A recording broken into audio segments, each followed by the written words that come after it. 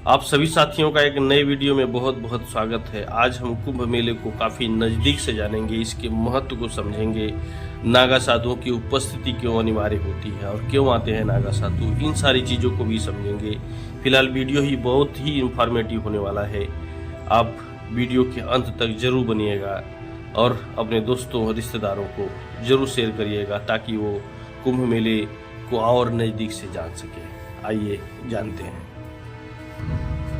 कुंभ मेला न केवल एक धार्मिक आयोजन है बल्कि यह भारतीय संस्कृति, आध्यात्मिकता और सामाजिक एकता का एक अद्भुत उदाहरण भी है।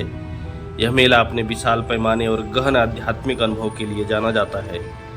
कुंभ मेला मुख्य रूप से 4 प्रकार का होता है जो अलग अलग समय अंतराल पर आयोजित किए जाते हैं। यह वर्गीकरण मेले के आयोजन की अवधि और महत्व के आधार पर किया गया है। कुंभ मेले के प्रकारों की अगर बात करेंगे तो महाकुंभ है जिसे पहले नंबर पर रखा गया है। महाकुंभ सबसे बड़ा और सबसे पवित्र कुंभ मेला होता है। यह हर 12 साल में एक बार आयोजित किया जाता है। महाकुंभ केवल प्रयागराज में ही होता है क्योंकि इसे सबसे पवित्र स्थान माना जाता है। इस मेले में करोड़ों श्रद्धालु और तीर्थयात्री भाग लेते हैं। दूसरे नंबर पर कुंभ आता है। कुंभ मेला भी हर 12 साल में आयोजित किया जाता है, लेकिन यह महाकुंभ से थोड़ा कम महत्वपूर्ण होता है। यह मेला हरिद्वार, नासिक और उज्जैन में आयोजित होता है। इसमें भी लाखों लोग शामिल होते हैं, लेकिन महाकुंभ की तुलना में इसका पैमाना ज़्यादा छोटा होता है। अब आता है तीसरे नंबर पर अर्धकुंभ। अर्धकुंभ मेला हर 6 साल में आयोजित किया जाता है। यह मेला केवल प्रयागराज और हरिद्वार में ही होता है। अर्धकुंभ का अर्थ है आधा कुंभ, यानी यह महाकुंभ और कुंभ के बीच का आयोजन होता है। इस मेले का भी बहुत महत्व होता है और इसमें बड़ी संख्या में श्रद्धालु भाग लेते हैं। चौथे नंबर पर मिनी कुंभ आता है।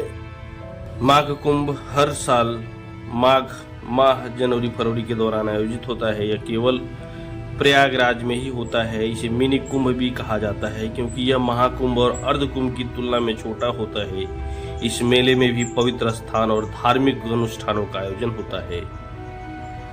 बाकी जो चीज़ें हैं मैं डिस्क्रिप्शन में दे दूंगा। इसके प्रकारों की कैसे श्रेणियां बनी हुई हैं वो सब डिस्क्रिप्शन में जाकर के आप चेकआउट कर सकते हैं। कुंभ मेले का आयोजन ग्रहों और नक्षत्रों की स्थिति के आधार पर होता है। जबकि बृहस्पति और सूर्य विशेष राशियों में होते हैं तब कुंभ मेले का आयोजन होता है। प्रत्येक कुंभ के मेले का अपना अलग धार्मिक और सांस्कृतिक महत्व होता है और यह भारतीय संस्कृति और आध्यात्मिकता का प्रतीक है। कुंभ मेले में नागा साधु का आना एक प्रमुख और आकर्षण पहलू होता है। नागा साधु हिंदू धर्म के सन्यासी परंपरा के सबसे कठोर और रहस्यमयी संप्रदायों में से एक है। वे कुंभ मेले में विशेष रूप से भाग लेते हैं और इसके पीछे कई धार्मिक, सांस्कृतिक और ऐतिहासिक कारण हैं। हम उन कारणों को भी समझेंगे। धार्मिक महत्व और परंपरा की अगर बात करेंगे तो नागा साधु शैव परंपरा अर्थात भगवान शिव के उपासक इससे जुड़े होते हैं। उनका मानना है कि कुंभ मेले के दौरान पवित्र नदियों में स्नान करने से मोक्ष प्राप्त होता है। कुंभ मेले को देवताओं और असुरों के बीच अमृत कलश के लिए हुए संघर्ष से जोड़ा जाता है। नागा साधु खुद को इस संघर्ष का हिस्सा मानते हैं। नागा साधु विभिन्न अखाड़ों से जुड़े होते हैं। वे अखाड़े हिंदू धर्म की रक्षा और प्रचार के लिए सदियों से काम करते आए हैं।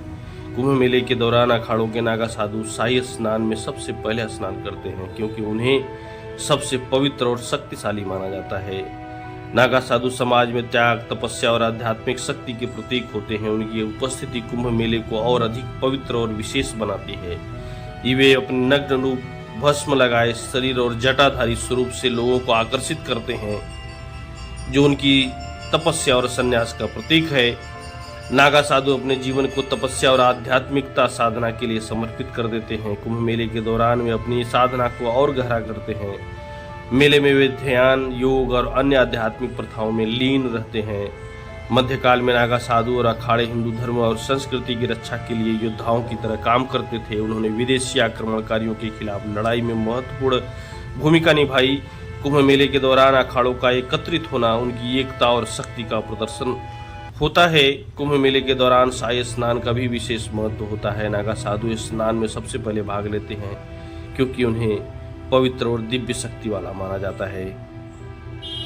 नागा साधु की सादगी, तपस्या और त्याग की जीवन शैली लोगों के लिए प्रेरणा का स्रोत है। कुंभ मेले में उनकी उपस्थिति लोगों को आध्यात्मिक जीवन की ओर प्रेरित करती है।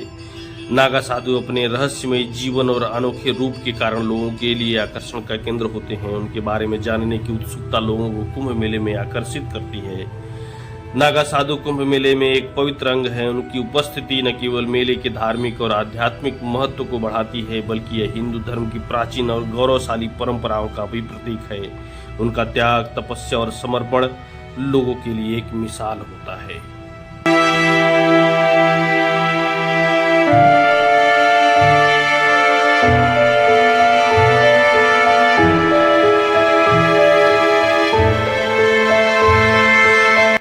फिलहाल इस वीडियो में इतना ही। कुंभ से जुड़ी हुई जानकारी को आपने पूरा देखा, पूरा सुना, इसके लिए आपका बहुत बहुत धन्यवाद। और दोस्तों में जरूर शेयर करिएगा ताकि कुंभ मेले की विशेषता और नागा साधुओं की उपस्थिति का महत्व जन जन तक पहुंच सके।